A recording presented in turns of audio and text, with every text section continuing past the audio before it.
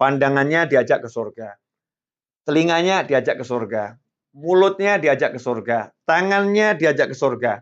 Kakinya diajak ke surga. Ya, perutnya diajak ke surga. Seluruh tubuhnya diajak ke surga. Begitu ada bagian tubuhnya yang mampir ke arah neraka, maka segera ditarik. Yuk, ke surga. Ayo.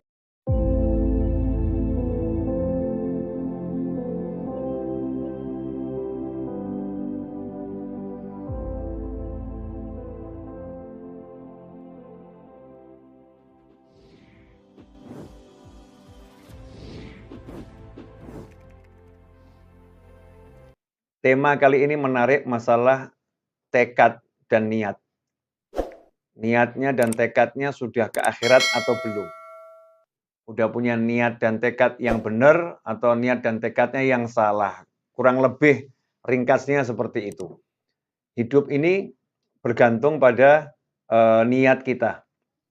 Jalan hidup kita ini bergantung pada niat dan kesungguhan kita minta sama Allah Subhanahu wa Ta'ala. Pertama-tama yang perlu kita ketahui dan sebetulnya kita sudah tahu, tapi lupa, tapi kita lalai, bahwasannya hidup itu teramat sangat singkat.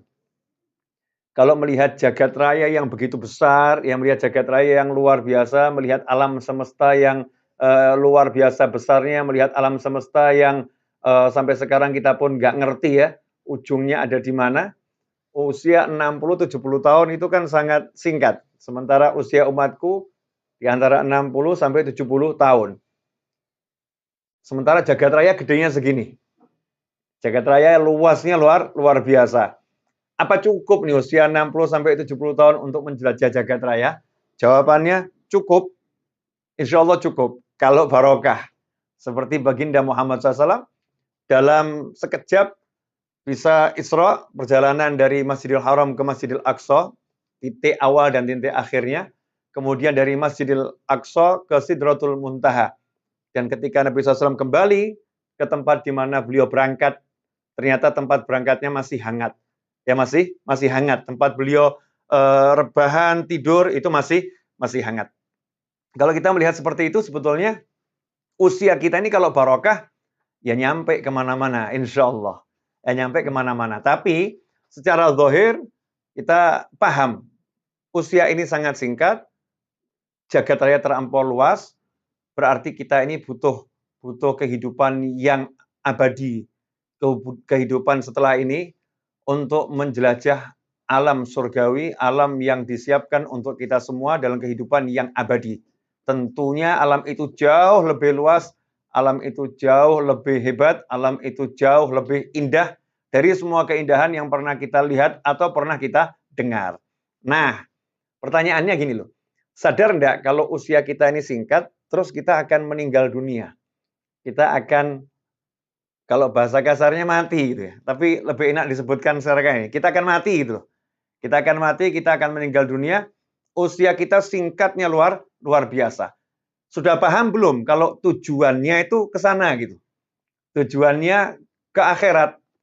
Tujuannya ke surganya Allah Subhanahu wa Ta'ala. Kita sudah paham belum?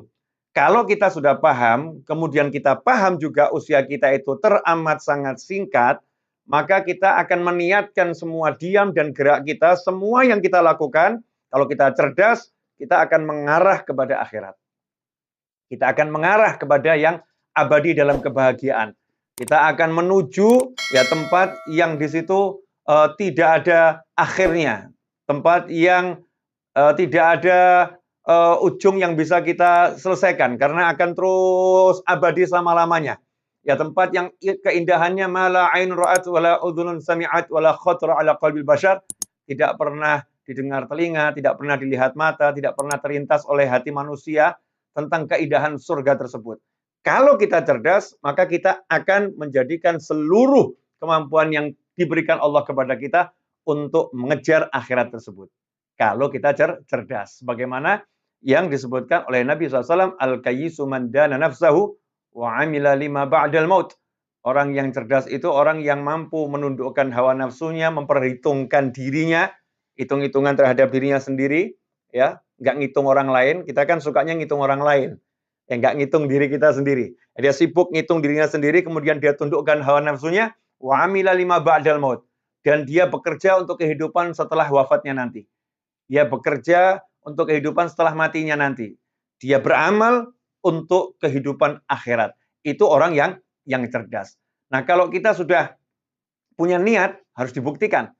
Saya niatnya masuk surga. Karena kalau kita tanya semua orang itu ya, insya Allah jawabannya sama. Maaf, mohon maaf dengan segala hormat. Perampok ditangkap, ditanya, Bapak perampok pilih surga atau neraka? Jawabannya pasti surga. Oh, surga. Tidak mungkin saya pilih neraka, surga. Kalau pemabuk kemudian setelah sadar, ya kalau lagi mabuk jangan diajak bicara. Berarti kita yang mabuk. Tahu ada orang mabuk kok diajak bicara, orang mabuk didakwahi. Ya, kamu jangan mabuk. Nah, berarti kita yang dakwahin kita ini lagi mabuk, nggak sadar nih. Orang mabuk kok diajak bicara ya. Tunggu sampai sadar dulu, normal dulu, udah bisa diajak bicara, baru kita tanya. Ya, pilih surga atau neraka? Jawabannya pasti akan, saya pilih surga. Pilih surga, nggak pilih neraka. Semua orang kalau ditanya, kamu lihat hidup, sebetulnya niatmu ini pengen masuk surga atau neraka? Jawabannya, pengen masuk surga. Nggak ada yang pengen masuk neraka. Tapi niat itu ada definisinya. Dalam Islam itu niat bukan angan-angan. Ya, bukan lintasan dalam hati, bukan gerak hati. Jadi seringkali kita salah mengartikan niat. Saya sudah berniat, ada gerakan dalam hati. Bukan. Niat itu adalah qasdu syai', suatu tujuan, ya tujuan yang kita angan-angankan, keinginan yang kita harapkan, muqtarinun bi fi'lih, tapi langsung diikuti aksi nyata, itu baru namanya niat. Ya, contoh ada orang berniat menunaikan ibadah haji, niat ibadah haji. Dia tidak nunggu dulu datangnya bulan haji, dia sudah mulai belajar ilmunya haji. Rukun-rukunnya haji itu apa, ya wajib-wajibnya haji itu apa, dia pelajari. Nah, itu namanya dia niat menunaikan ibadah haji karena udah ada kerja nyatanya, sudah ada aksinya, itu namanya niat. Nah, kita ini dalam hidup pengen surga. Sudahkah itu niat terwujud dalam arti yang sebenarnya atau sekedar angan-angan? Saya pengen masuk surga, tapi nggak sholat kita. Saya pengen masuk surga, tapi durhaka sama orang tua. Na'udzubillah min dzalik. Saya pengen masuk surga, tapi tidak mau mengeluarkan kewajiban zakatnya. Itu namanya bukan niat masuk surga, baru melamun. Ya, melamun pengen masuk surga. Meskipun lamunannya bagus, tapi banyak orang yang tertipu dengan lamunannya. Ya, al-amani. Jadi kalau yang namanya lamunan-lamunan ini adalah tipuan-tipuan setan. Dikasih lamunan-lamunan yang baik, tapi ngelamun terus hidupnya. Nggak pernah sholat. Nggak pernah mau belajar. Ya, nggak pernah mau menjalankan kewajibannya. Ini namanya melamun. Nah, seorang yang baik, mudah-mudahan kita semua dan seluruh umat Islam masuk dalam kelompok ini, orang yang baik, amin, Allahumma amin, adalah orang yang betul-betul niatnya itu bulat gitu ya. Dibuktikan dengan aksi nyata. Contoh, Nabi Musa alaihissalam. Nabi loh ini. Nabi Musa ini Nabi Rasul yang punya pangkat tinggi di sisi Allah Ta'ala. Bahkan kalau nanti diteliti, itu Nabi yang paling banyak disebut dalam Al-Quran dikisahkan adalah Nabi Musa alaihissalam. Ya, Nabi Musa ini Nabi yang paling banyak kisahnya disebutkan dalam Al-Quran. Bahkan namanya paling banyak disebut dalam Al-Quran. Itu Nabi Musa alaihissalam. Nabi Musa ini iri kepada kita, umatnya Nabi Muhammad SAW. Ya, iri kok umatnya Rasulullah ini di akhir zaman tapi punya pangkat yang tinggi di sisi Allah Ta'ala. Sampai-sampai Nabi Musa itu berdoa, ya Allah jadikan aku umatnya Ahmad, umatnya Muhammad SAW. Nabi Musa pengen jadi seperti kita karena melihat kemuliaan kita yang luar biasa. Bukan berarti kita lebih mulia dari Nabi Musa, bukan. Tapi Nabi Musa paham betul nilai kemuliaan yang Allah berikan kepada kita umat Nabi Muhammad SAW. Alhamdulillah harus kita syukuri. Nah, Nabi Musa yang luar biasa itu, kalau kita lihat ketika Nabi Musa mendengar ada hamba Allah yang namanya Khadir atau Khidir alaihissalam punya ilmu dari Allah Ta'ala, dikasih Allah ilmu ya, yang tidak Allah berikan kepada Nabi yang lain, yang tidak Allah berikan kepada Rasul yang lain. Ilmu yang khusus Allah berikan pada Nabi Khadir alaihissalam. Maka Nabi Musa bertekad, Nabi Musa berniat untuk belajar dari Nabi Khadir alaihissalam. Bagaimana ketika seorang Nabi berniat? Ya, Nabi niat mau belajar kepada Nabi Khidir alaihissalam atau hamba Allah Khadir alaihissalam. Apa yang diabadikan dalam Al-Quran? Coba kita perhatikan di surat Al-Kahfi ayat 60. Wa idh qala Musa li fatahu la abrahu hatta ablugha majma'al bahraini aw amdiya huquba. Dan ingatlah ketika Musa berkata kepada pembantunya. Pembantu di sini dikatakan muridnya. Jadi muridnya ya sekaligus pembantunya. Memang orang-orang soleh itu mewarisi anbiya wal mursalin. Al ulama warathatul anbiya. Pembantunya Nabi adalah muridnya Nabi. Pembantunya Rasul adalah muridnya Rasul SAW. Ya, muridnya Rasulullah, muridnya Nabi Musa, Nabi Isa, Nabi Nuh, itu adalah yang melayaninya. Makanya mau dapat ilmunya ulama, itu harus jadi khodim. Jadi pelayan yang berkhidmat. Ya, pelayan yang betul-betul melayani. Nanti akan dapat warisan ilmunya. Dan itulah yang terjadi ketika Nabi Musa alaihissalam mau pergi berguru pada Nabi Khadir alaihissalam. Nabi Musa ngajak murid kesayangannya, sekaligus itu juga pembantu utamanya. Ya, jadi murid itu melayani gurunya dengan sepenuh hati. Diajak, dan apa kalimat yang Nabi Musa sampaikan alaihissalam kepada muridnya tersebut, pembantunya tersebut. Dan ingatlah ketika Musa berkata kepada pembantunya, aku tidak akan berhenti berjalan. Wa idh qala Musa li fatahu la abrahu hatta ablugha majma'al bahrain. Saya tidak akan berhenti berjalan. Ini kan niat yang luar biasa ya. Saya tidak akan berhenti berjalan sebelum saya bertemu dengan dia. Itu kalau orang lagi jatuh cinta. Nah, ngomong sama orang lain, pengen ketemu kekasihnya. Saya nggak akan berhenti sebelum bertemu dengan dia. Saya tidak akan berhenti sebelum dia memaafkan saya. Itu kalau orang lagi minta maaf gitu ya. Saya tidak akan berhenti ya sebelum saya sampai ke tempat di mana dia berada. Dan itulah yang diucapkan Nabi Musa alaihissalam ketika berniat pengen belajar pada Nabi Khadir alaihissalam. Beliau berkata, hatta ablugha majma'al bahrain. Saya tidak akan berhenti sampai ketemu tempat pertemuan dua laut. Ya, sampai saya ke tempat pertemuan dua laut. Kalau udah ketemu tempat pertemuan dua laut itu, baru nanti saya akan berhenti. Kenapa begitu?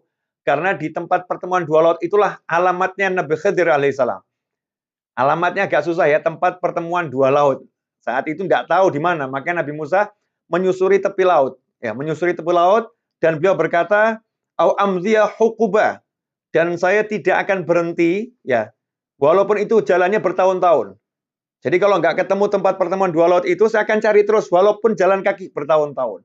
Ini loh seorang Nabi kalau udah niat. Jadi kalau udah niat itu langsung aksi, tekad. Nah, nggak seperti orang sekarang, niat ngamalin sholawat, biar hajatnya kabul. Nih, sholawatnya diamalin, tapi hajatnya belum kabul-kabul.